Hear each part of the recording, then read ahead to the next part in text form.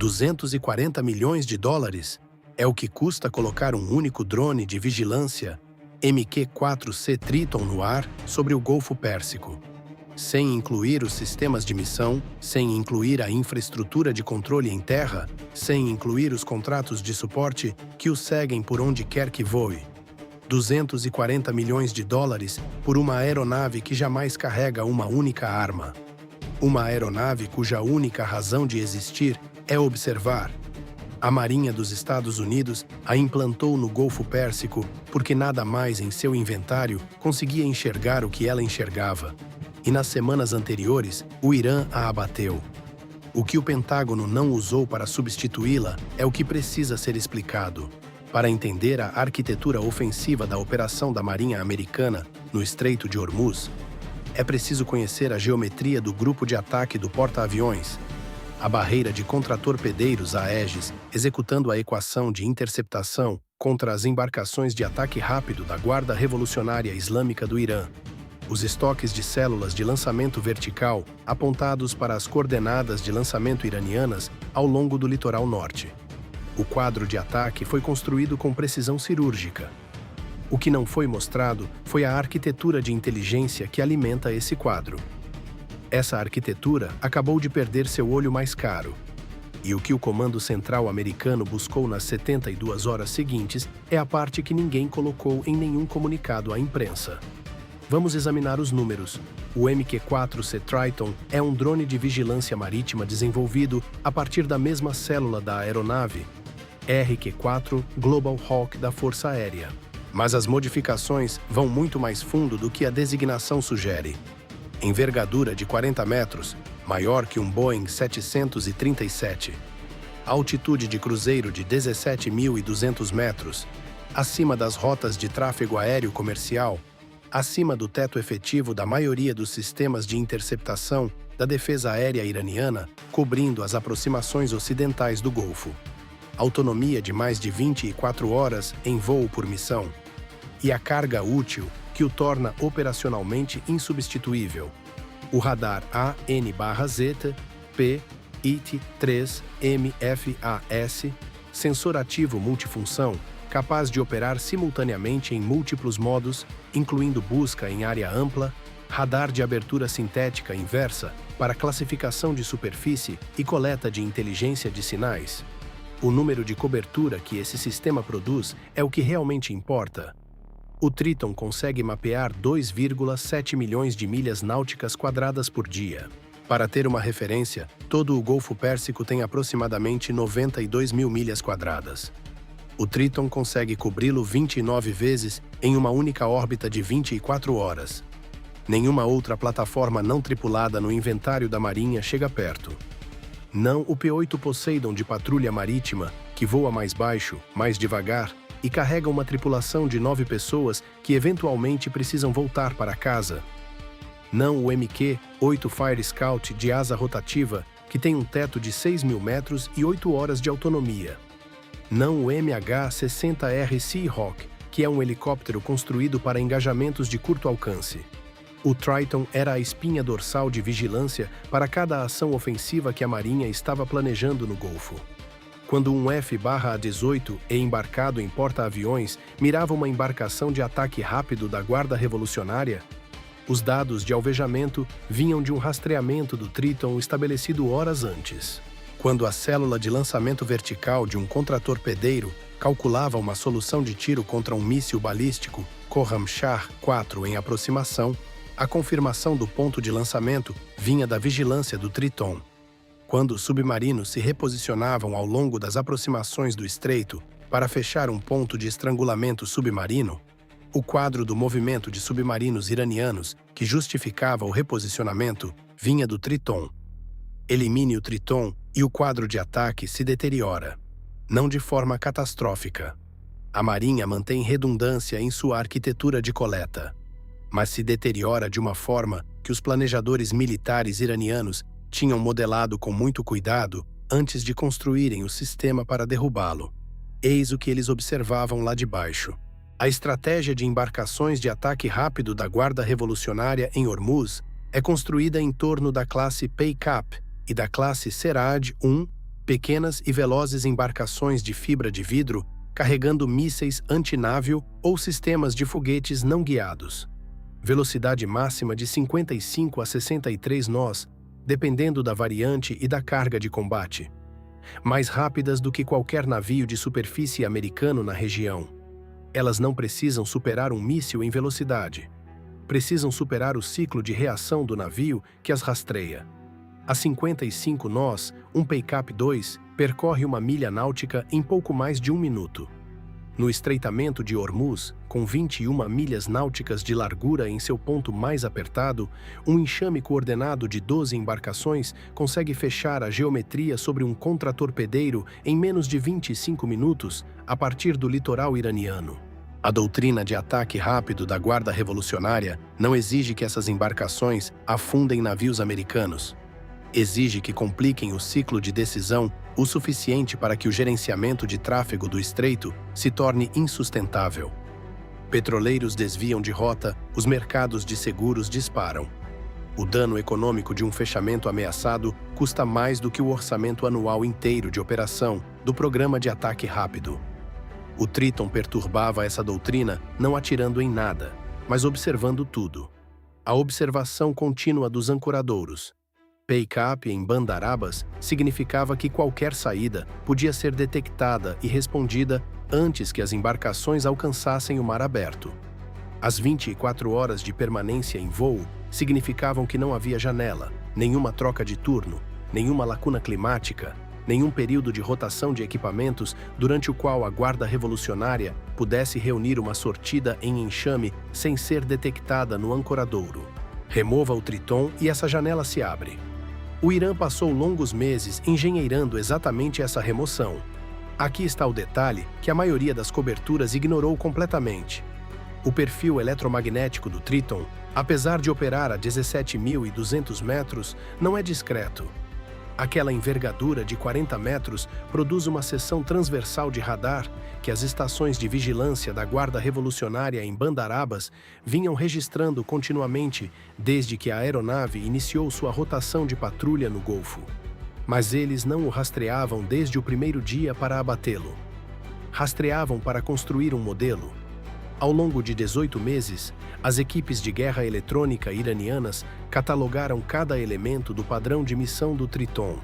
Seus vetores de aproximação ao Golfo a partir de locais operacionais avançados. Seu comportamento de ajuste de altitude ao transitar do corredor de trânsito para a órbita de vigilância. Os intervalos entre os ciclos de varredura de radar. As janelas de tempo sobre locais específicos de Bandar Abbas. As bandas de frequência usadas para seu relé de comunicações criptografadas de volta ao comando da frota. Alimentaram tudo isso em equipamentos de spoofing, geradores de sinal GPS e sistemas de retorno falso de radar montados a partir de componentes adquiridos através de redes comerciais. E construíram um modelo de alvejamento que, no momento em que o ativaram, era mais detalhado do que qualquer coisa que o programa de guerra eletrônica da Guarda Revolucionária havia tentado anteriormente contra uma plataforma americana. A ativação do spoofing não se anunciou como um ataque. Para os sistemas de navegação do Triton, parecia um erro de precisão de GPS. Um desvio gradual, do tipo que o gerenciamento automático de voo corrige rotineiramente.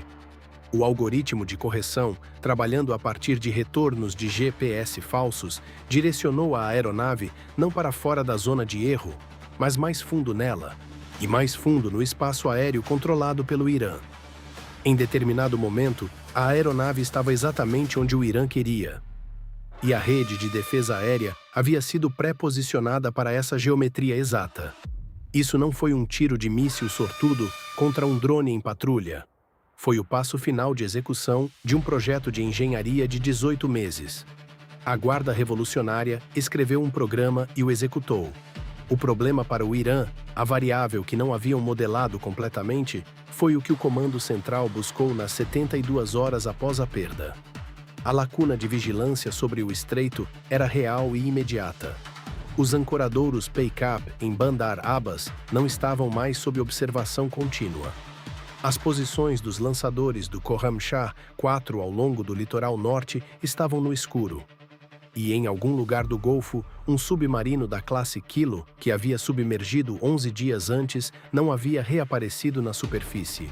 O comando central tinha uma janela de 72 horas antes que o vazio de inteligência criasse um risco operacional que não poderia gerenciar com responsabilidade. Havia 240 milhões de dólares em confiança quebrada na plataforma que todos haviam assumido ser insubstituível. E então, alguém consultou a lista de equipamentos do USS Gravely, um contratorpedeiro classe R. Lake Burke, em posição no Golfo, e encontrou um item que não deveria estar ali para resolver esse problema, mas estava prestes a resolver. É preciso explicar por que a resposta óbvia, substituir o Triton por outro Triton, não se sustenta matematicamente. O segundo Triton voaria na mesma categoria de plataforma. Mesma envergadura, mesmo perfil de altitude, mesmas características de assinatura eletromagnética que a equipe de guerra eletrônica da Guarda Revolucionária havia passado 18 meses catalogando. O equipamento de spoofing ainda está em Bandarabas. A equipe que construiu e executou o projeto ainda está operacional. O manual foi escrito e validado contra um alvo confirmado. O comando central faz o cálculo. O segundo Triton chega e retoma imediatamente as operações voando para dentro de um envelope de spoofing já pré-ajustado ao seu perfil eletromagnético?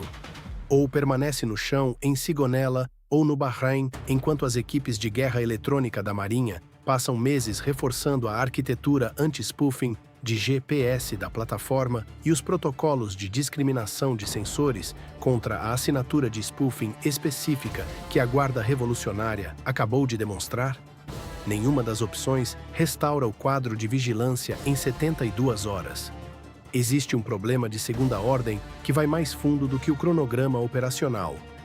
Se o segundo Triton cair, o Irã terá demonstrado publicamente 2 vezes que controla a vigilância em alta altitude sobre o Golfo Pérsico. Não reivindicado. Demonstrado operacionalmente contra a mesma plataforma 2 vezes. O sinal geopolítico que isso envia alcança cada adversário que monitora a postura naval americana na região. E há vários monitorando com muito cuidado. O custo de precedente de uma segunda perda do Triton não é mais 240 milhões de dólares. É a credibilidade estratégica de cada plataforma de vigilância persistente que os Estados Unidos posicionam acima de espaço aéreo contestado. O Comando Central optou por não aceitar nenhuma das versões desse risco. Eis o cálculo definitivo que escolheram. Ao examinar as especificações de inventário do que a Marinha tinha disponível naquele momento, não as plataformas de substituição de alto perfil, não os ativos que requerem notificação ao Congresso para serem implantados, mas o manifesto do USS Gravely, o contratorpedeiro na posição mais próxima quando o Triton caiu, um item específico continuava chamando a atenção. Por que não deveria estar ali para essa missão? O Switchblade 600. O Switchblade 600 foi desenvolvido pela AeroVironment sob um contrato firmado anos antes. O programa permaneceu classificado por vários anos. Sua existência entrou na documentação pública somente depois que o Exército começou a distribuí-lo para unidades de forças especiais. A designação 600 o distingue do Switchblade 300, que pesa 2,5 kg e foi projetado para interdição de pessoal em combate terrestre a pé. O 600 é uma arma diferente em uma escala diferente, peso de 10,4 kg, incluindo a ogiva. Envergadura quando implantado, menos de 1,5 m.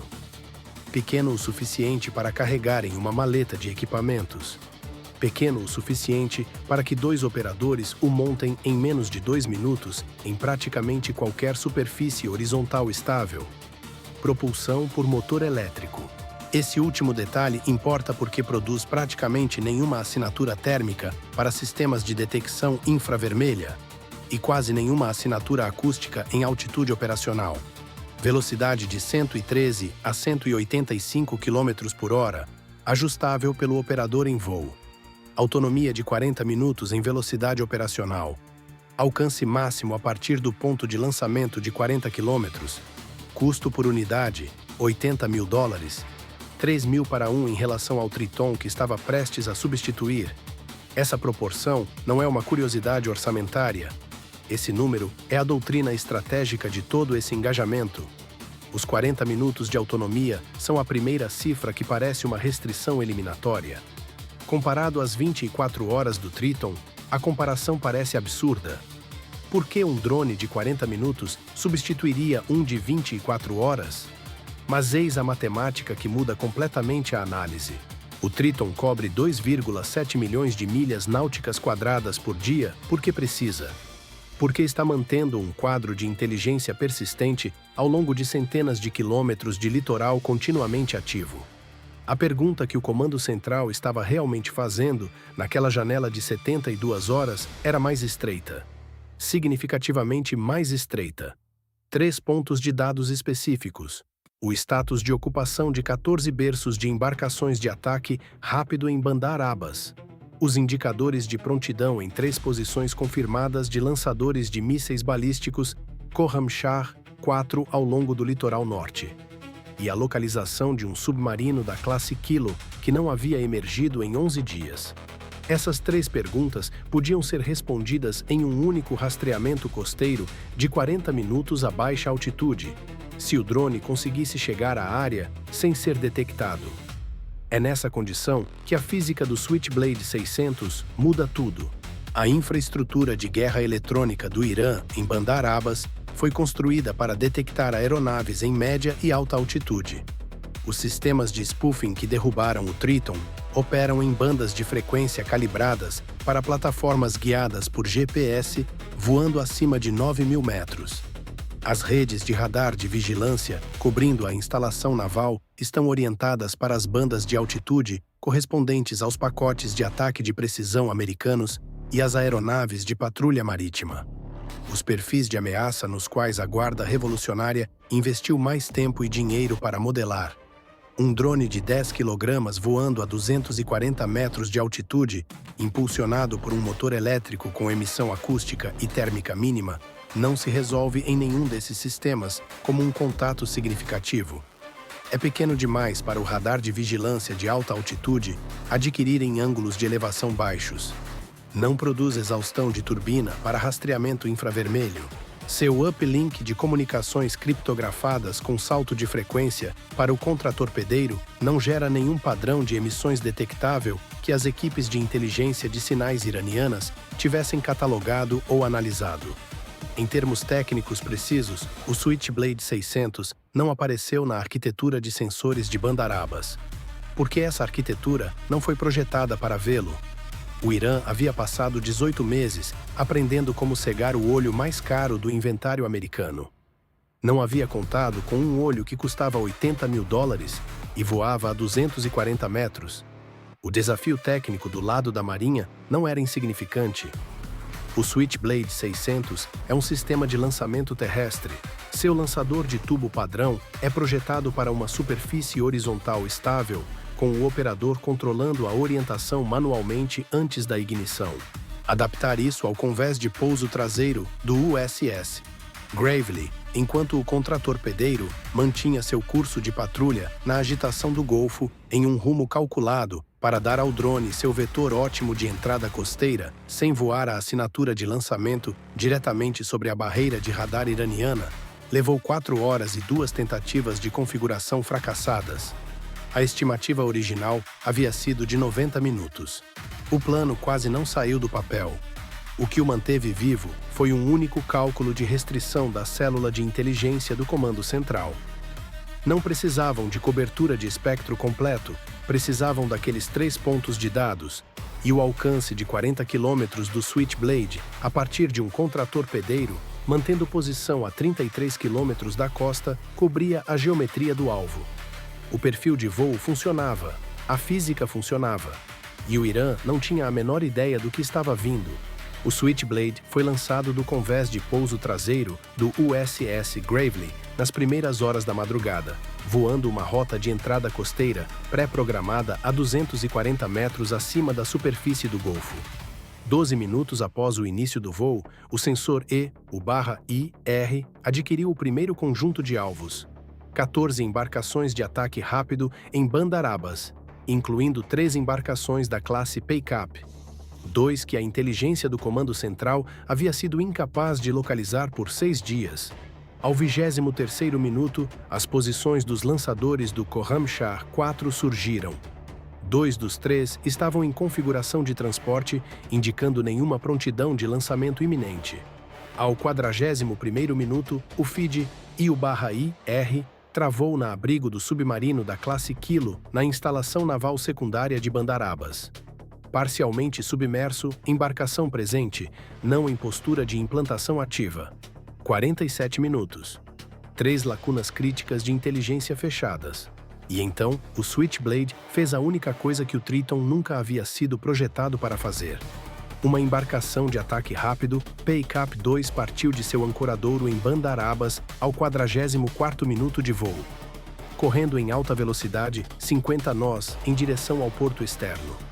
Correspondia exatamente à classe e à assinatura de velocidade de 3 embarcações da Guarda Revolucionária envolvidas em operações de assédio, coordenado contra um navio de abastecimento da Marinha Americana nas 72 horas anteriores.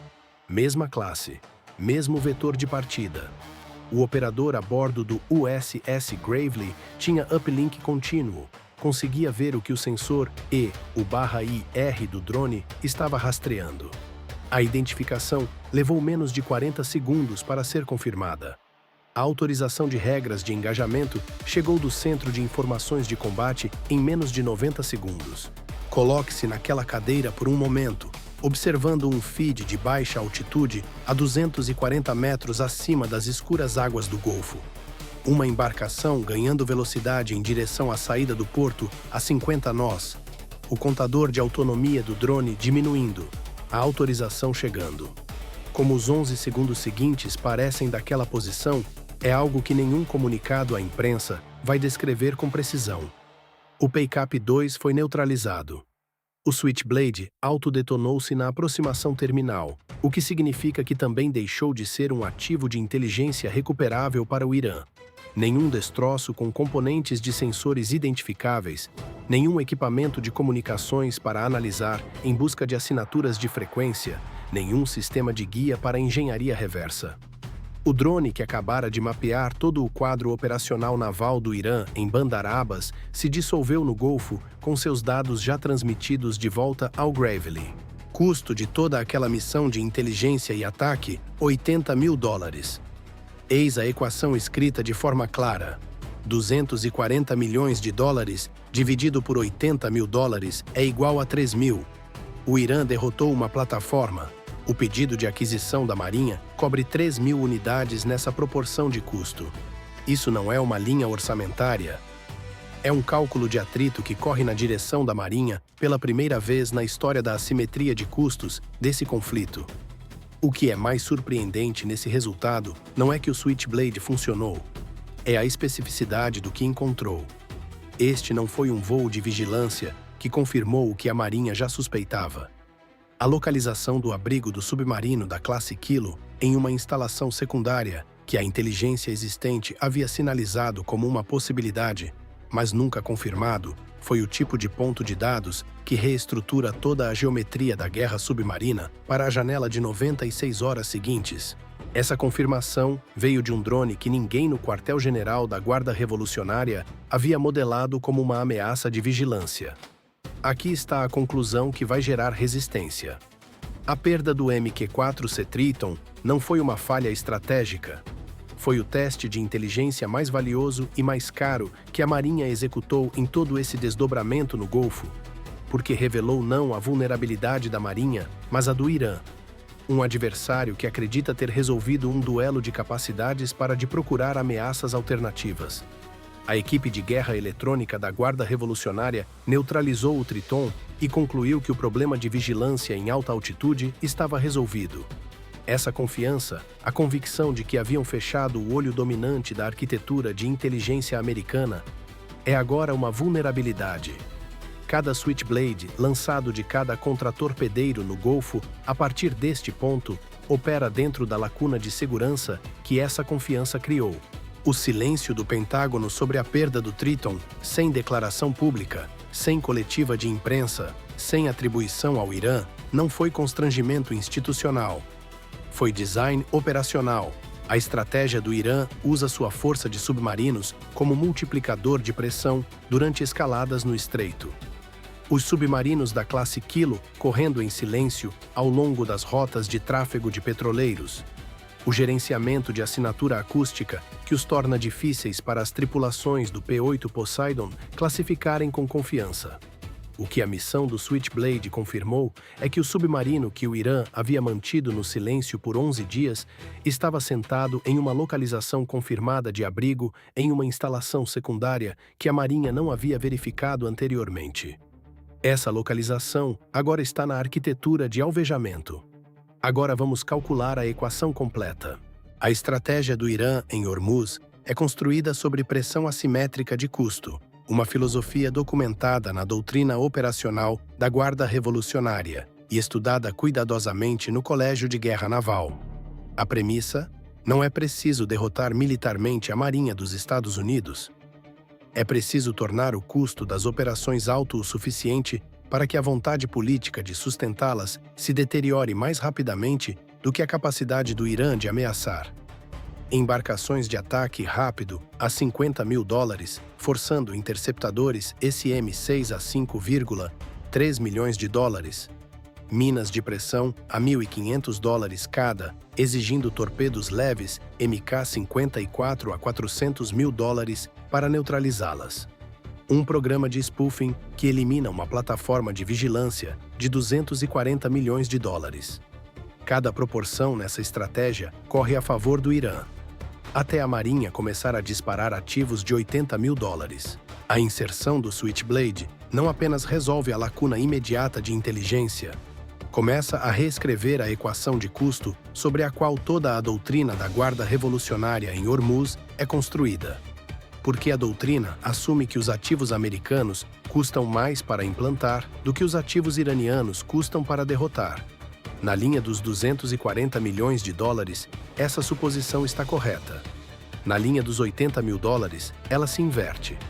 E os números de aquisição compõem a inversão. Não um Switchblade, não 12, mas 400 unidades no pacote de implantação atual. 400 Switchblades a $80 mil cada. $32 milhões de inventário total. Para o Irã neutralizar esse inventário em combate, a Guarda Revolucionária precisaria detectar, rastrear e interceptar 400 munições de vagabundagem individuais, cada uma lançada de forma imprevisível a partir de diferentes plataformas, cada uma voando uma rota costeira diferente em baixa altitude, cada uma operando completamente abaixo da barreira de radar que o Irã passou 18 meses construindo para cobrir a altitude operacional do Triton.